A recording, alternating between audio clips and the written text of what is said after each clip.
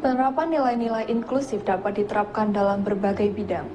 Tidak hanya dalam bidang pendidikan, nilai inklusif dapat diterapkan pada kehidupan sosial hingga politik. Wakil Menteri Agama Republik Indonesia, Romo Muhammad Syafi'i, mengatakan bahwa penerapan nilai inklusif dalam berbagai bidang selaras dengan pengalaman nilai-nilai dari 5 Pancasila. Oleh karena ini, nilai inklusif menjadi salah satu poin dalam Astacita Presiden Prabowo. Wakil Menteri Agama Dr. Romo Muhammad Syafi'i usai memberikan kuliah tamu di Universitas Brawijaya mengatakan bahwa penerapan nilai inklusif tidak hanya dalam bidang pendidikan. Nilai inklusif dapat diterapkan dalam berbagai bidang mulai dari sosial, ekonomi hingga politik. Romo Syafi'i menjelaskan saat ini dalam bidang politik nilai inklusif sudah diberlakukan dengan menerima keberagaman yang ada dalam sistem politik nasional.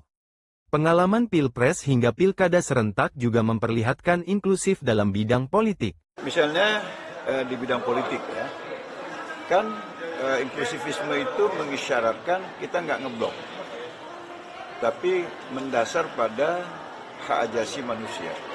Sepanjang itu melindungi hak asasi manusia, maka kita akan berada di posisi itu.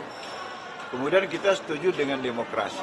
Sepanjang itu dalam bingkai demokrasi, maka kita setuju berada di situ. Kemudian di bidang ekonomi. Ekonomi kita kan juga nggak ngeblok. Tidak liberal, tidak sosialis. Tapi ekonomi kita, ekonomi Pancasila. Kenapa ini disebut inklusif? Karena kita tidak persoalkan bentuk apapun sepanjang dia tidak bertentangan dengan ketuhanan. Tidak bertentangan dengan kemanusiaan. Tidak memecah persatuan. Tidak menghilangkan asas kebersamaan. Dan masih fokus untuk menciptakan keadilan sosial. Saya kira itu adalah inklusif.